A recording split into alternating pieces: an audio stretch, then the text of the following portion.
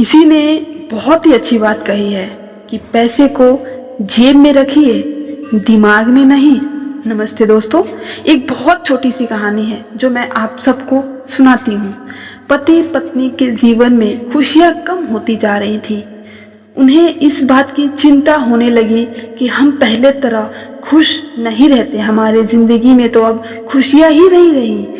उनसे किसी ने कहा, पास में एक महात्मा जी आए हुए हैं, उनसे आप जाके मिल लीजिए, वह हर समस्या का समाधान बताते हैं।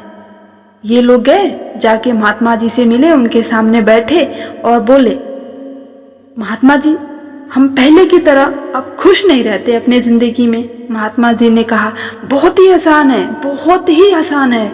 आप एक काम कीजिए, घूमने के लिए चले जाइए, आपको अपने लिए समय भी मिल जाएगा। दूसरी बात, जब आप घूमने जाएं तो ऐसे किसी कपल को ढूंढिएगा जो अपने ज़िंदगी में संपूर्ण रूप से खुश हों, और उनके कपड़े का एक छोटा सा हिस्सा लेके आइए और अपने पास में ला करके रख लीजिए अपने घर में। उसके बाद आपके ज़िंदगी में खुशियाँ लौट आएंगी। यह पति पत्नी बहुत खुश हुए, क्या बात है, ये तो बहुत ही आसान है, चलो चलते हैं घूमने के लिए निकल गए।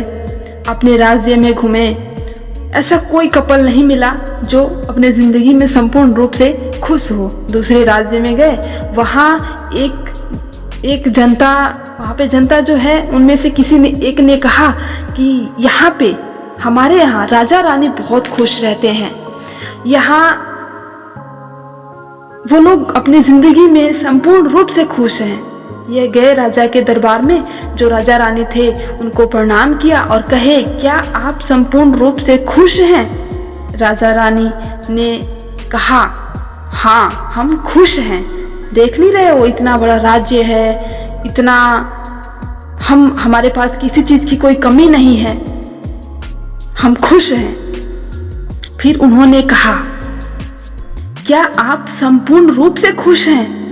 राजा रानी थोड़ा सा उदास हुए और बोले, नहीं, हम संपूर्ण रूप से खुश नहीं हैं, क्योंकि हमारा कोई संतान नहीं है और इसलिए हम खुश नहीं हैं। फिर वो थोड़ा सा मुस्कुराए और इस कपल को वहाँ से निराश होकर जाना पड़ा। चले गए, घूमते रहे, 10-15 दिन बीत गए।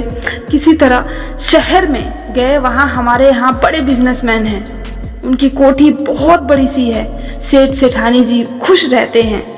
ये गए सेठ जी के बंगले पर, जाके देखे बच्चे खेल रहे थे। फिर सोचे, चलो इनके बच्चे तो हैं, कोई टेंशन नहीं है, बड़ा सा मकान है, बिजनेसमैन हैं, ये तो खुश ही होंगे। उनके साथ भोजन किए और पूरा अपना पूछा कि आप खुश हैं? सेठ जी सेठानी जी ने कहा, हम खुश हैं। उन्होंने पूछा, क्या आप संपूर्ण रूप से खुश हैं? सेठानी जी थोड़ी सी टेंशन में आ गई। उन्होंने कहा, नहीं, हम संपूर्ण रूप से खुश नहीं हैं। दिन भर इसी में निकल जाता है, बच्चों की लड़ाइयाँ सुलझाने में, उनको संभालने में, सुलझाते रहते हैं दिन भर, इसीलिए हम पूर्ण रूप से खुश नहीं हैं। ये वहाँ से भी उदास निराश होकर चले गए। इनकी यात्रा चलती रही। एक दिन सुनसान सी जगह पर पहुँचे, जहाँ खेत में फसल लहरा रही थी।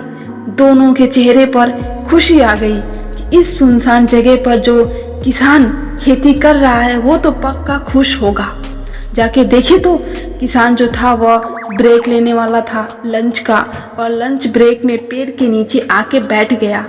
दूर से उसकी पत्नी, उसकी बच्ची आ रही थी हाथ में भोजन लेके। उन्हें लगा, ये जो परिवार है, ये छोटा सा परिवार है, बहुत खुश होगा। तो ये लोग गए, जाके उनसे बात किए, उसके पास बैठे, भोजन किए। फिर इन्होंने अपना सवाल किया कि क्या आप खुश हैं? दोनों ने कहा कि हाँ, हम बहुत खुश हैं। फिर इन्होंने पूछा कि क्या आप संपूर्ण रूप से खुश हैं? उन्होंने कहा, हम संपूर्ण रूप से खुश हैं, हमारी कोई टेंशन नहीं है, ऊपर वाले ने जिस हाल में रखा है हम मस्त रहते हैं। इस कपल को और क्या चाहिए था, जवाब मिल गया कि हाँ, हम संपूर्ण रूप से खुश हैं। पति ने पूछ लिया किसान से, क्या आपके शर्ट से एक छोटा सा टुकड़ा मिल सकता है? किसी ने हमें उपाय बताया है कि हमें लेकर जाना है।